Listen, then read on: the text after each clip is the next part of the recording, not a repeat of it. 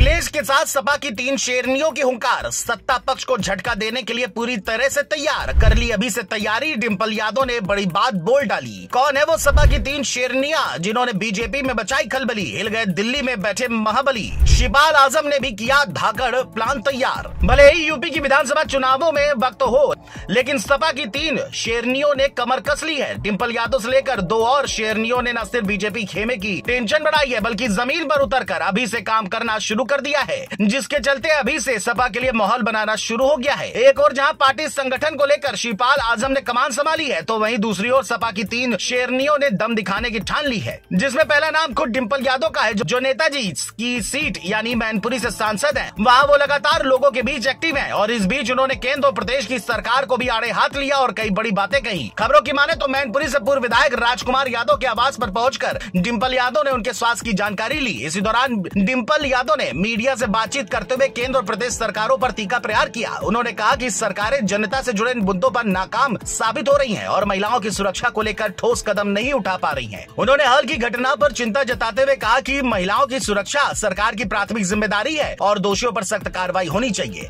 डिंपल यादव का यह दौरा सिर्फ औपचारिक नहीं बल्कि राजनीतिक रूप से भी अहम माना जा रहा है। सपा कार्यकर्ताओं का मानना है कि डिंपल यादव अब अखिलेश यादव की सबसे मजबूत सियासी ताकत बनकर उभर रही हैं। जनता से लगातार संवाद और विपक्षी मुद्दों पर मुखरता ने उन्हें पार्टी का विश्वसनीय चेहरा बना दिया है। उन्होंने केंद्र सरकार पर विदेश नीति और सीमाओं को लेकर के भी सवाल उठाए। जानकारों की माने तो डिंपल के इस तेवर ने एक बात साफ कर दी है कि अब सपा की राजनीति सिर्फ अखिलेश तक सीमित नहीं, डिंपल यादव भी सपा की नई शक्ति बनकर सामने आ रही है। सिर्फ यही नहीं, जहां एक और डिंपल यादव अखिलेश की ताकत बनकर आगे आ रही है, वहीं दूसरी ओर इकरा हसन भी अब पूरी तरह से सक्रिय होकर काम कर रही है। समाजवादी पार्टी की युवा सांसद इकरा हसन आज न सिर्फ कैराना बल्कि पूरे पश्चिमी उत्तर प्रदेश की नई पहचान बन चुकी है। 18वीं लोकसभा में सबसे युवा सांसदों में शामिल इकरा ने अपनी शिक्षा और बेबाक अंदाज से सभी का ध्यान खींचा है। राजनीतिक जानकार मानते हैं कि अखिलेश यादव की सबसे बड़ी ताकत अब ये नई पीढ़ी की नेता है। बता दें, इकरा का राजनीतिक परिवार पहले से ही पश्चिमी उत्तर प्रदेश में मजबूत पकड़ रखता है। उनके दादा, पिता, माँ और भाई सभी चुनावी राजनीति में